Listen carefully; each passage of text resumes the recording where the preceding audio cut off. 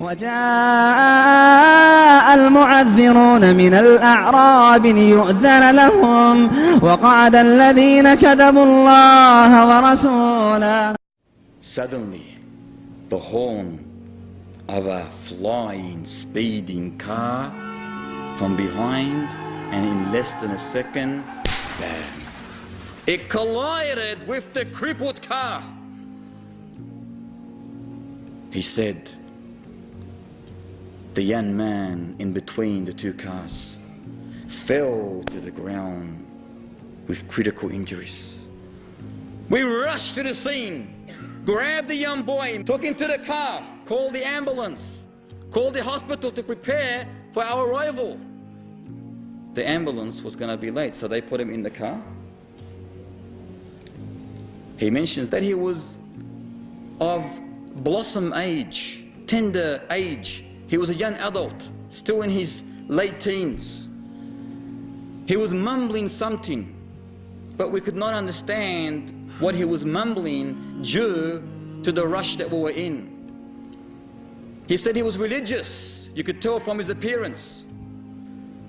Then the police officer said, when we placed him in the back of the car, we could make out what he was mumbling. He said, through all that pain, through all that suffering, his heart was reciting the verses of the Almighty Lord. He said he was so immersed in the recitation that, subhanallah, you could not even tell that this young man was suffering. You could not even tell that this young man was suffering. The police officer said his clothes were soaked in blood. His bones were clearly snapped in many places. However, he continued with his unique, tender, soft voice, reciting the verses of the glorious Quran. Suddenly, the officer said, as we were listening intently, me and my partner, a shiver climbed up my spine. The hair on my arms and my legs stood up. I watched very carefully at the young man as we were driving to the hospital.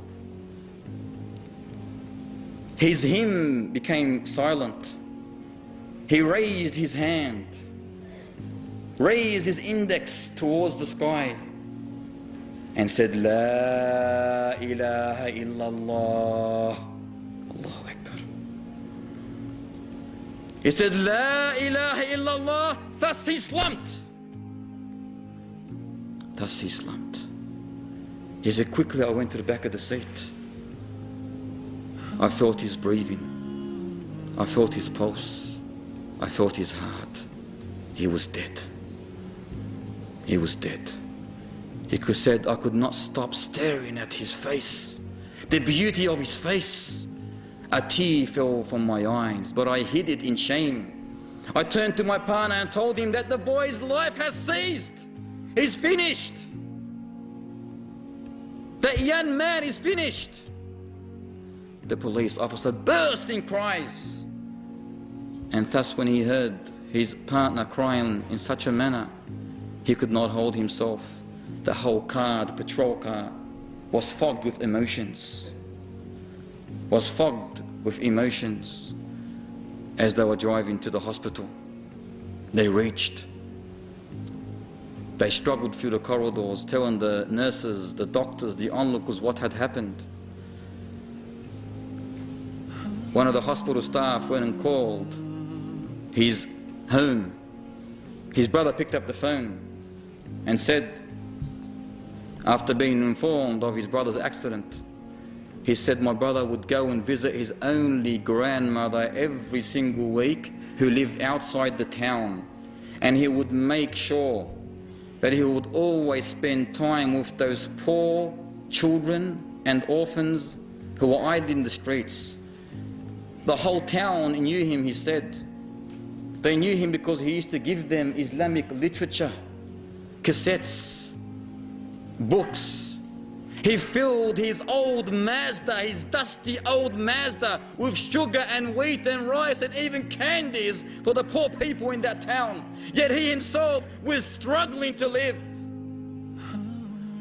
He himself was struggling to live. Yet he preferred those orphans, those poor children, those poor families over his life. Thus, his last words was very easy. It wasn't hard for him to utter, La ilaha illallah.